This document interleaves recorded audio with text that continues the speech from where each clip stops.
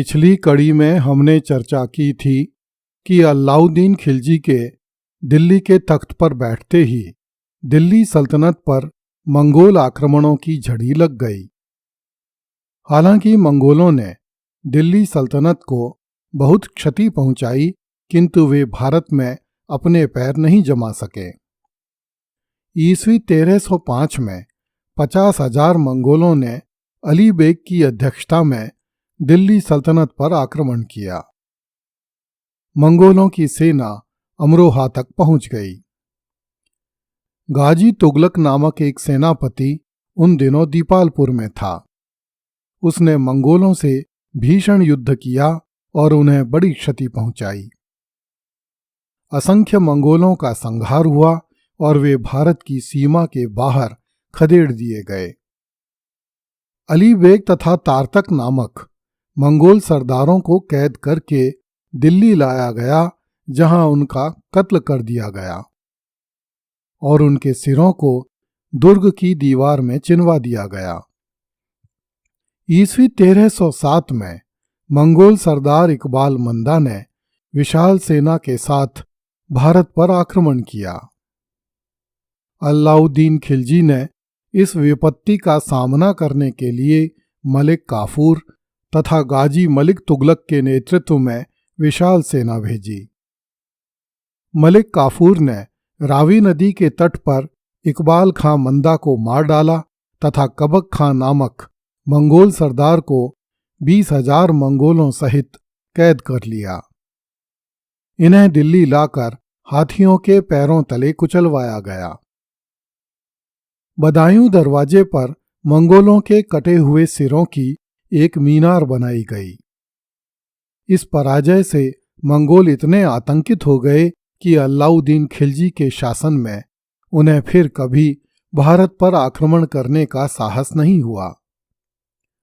मध्य Asia के मंगोलों में दिल्ली के तुर्कों का इतना भय व्याप्त हो चुका था और उनके संहार का यह संदेश पूरे मध्य एशिया में इतने व्यापक रूप से फैल चुका था कि जब तक वर्तमान तुर्क सुल्तान दिल्ली के तख्त पर बैठा है, तब तक दिल्ली पर अभियान करना निरर्थक है। इस प्रकार ईस्वी 1296 में अलाउद्दीन खिलजी के दिल्ली तख्त पर बैठने से लेकर ईस्वी 1307 तक दिल्ली सल्तनत पर मंगोलों के लगातार आक्रमण होते रहे। अलाउद्दीन खिलजी ने बड़ी हिम्मत से उनका दमन किया तथा अपनी सल्तनत को बचाए रखने में सफल रहा। अलाउद्दीन खिलजी ने ईस्वी 1316 तक शासन किया था, अतः उसके शासन के अंतिम 9 वर्ष मंगोलों के आक्रमण से पूरी तरह मुक्त रहे। इस विवरण से स्पष्ट है कि अलाउद्दीन खिलजी के शासनकाल में मंगोलों को अपने लगभग समस्त आक्रमणों में असफल होना पड़ा।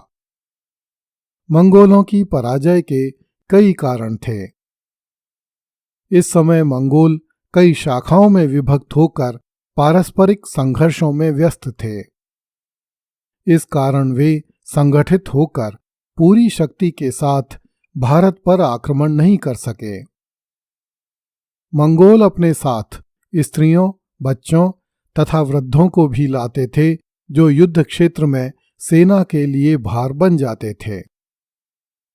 ट्रांसआक्सियाना के शासक दाऊद की मृत्यु के बाद मंगोल अस्त व्यस्त हो गए थे तथा दिल्ली सल्तनत पर लगातार आक्रमण करते रहने के कारण भी उनकी सैन्य शक्ति काफी छींचती जा रही थी। जफर खां, उलूग खां तथा मलिक काफूर जैसे सेनापतियों का साथ मिल जाने के कारण अलाउद्दीन खिलजी की सेना ने मंगोलों को जीतने नहीं दिया। इतना होने पर भी मंगोल आक्रमणों के भारत पर गहरे प्रभाव पड़े। मंगोलों के आक्रमणों में लाखों निरीह व्यक्तियों एवं सैनिकों के प्राण गए और उनकी संपत्ति लूटी गई। मंगोलों से भयभीत रहने के कारण जनता राज्य के संरक्षक तथा अवलंब की ओर झुक गई और उसमें राजभक्ति की भावना उत्पन्न हो गई। इससे सुल्तान की शक्ति में बड़ी वृद्धि हो गई। मंगोलों के आक्रमण की निरंतर संभावना बनी रहने के कारण सुल्तान को अत्यंत विशाल सेना की व्यवस्था करनी पड़ी। इसका प्रभाव शासन व्यवस्था पर भी पड़ा। शासन का स्वरूप सैनिक हो गया और सेना की स्वेच्छाचारिता तथा निरंकुशता में वृद्धि हो गई। मंगोलों का सफलतापूर्वक सामना करने के लिए सुल्तान को बड़े सैनिक सुधार तथा प्रशासकीय सुधार करने पड़े। अलाउद्दीन खिलजी ने अपने राज्य को मंगोलों के आक्रमण से सुरक्षित रखने के लिए बलबन की सीमा नीति का अनुसरण किया। अलाउद्दीन खिलजी ने पुराने दुर्गों की मरम्मत करवाई तथा पंजाब, मुल्तान एवं सिंध में नए दुर्गों का निर्माण करवाया। सीमा प्रदेश के दुर्गों में योग्य तथा अनुभवी सेनापतियों के नेतृत्व में विशाल सेनाएं रखी गईं। पंजाब के समाना तथा दीपालपुर की किलेबंदी की गई। सेना की संख्या में वृद्धि की गई और हथियार बनाने के कारखाने खोले गए। राजधानी की सुरक्षा की पूर्ण व्यवस्था की गई और दिल्ली के दुर्ग का जीर्णोद्धार करवाया गया। सीरी में एक नए दुर्ग का निर्माण करवाया गया। सेना की रणनीति में परिवर्तन किया गया तथा सेना की सुरक्षा के लिए दिल्ली के चारों ओर खाइयां खुदवाई गईं, लकड़ी की दीवारें बनवाई गईं तथा हाथियों के दस्तों की व्यवस्था की गई।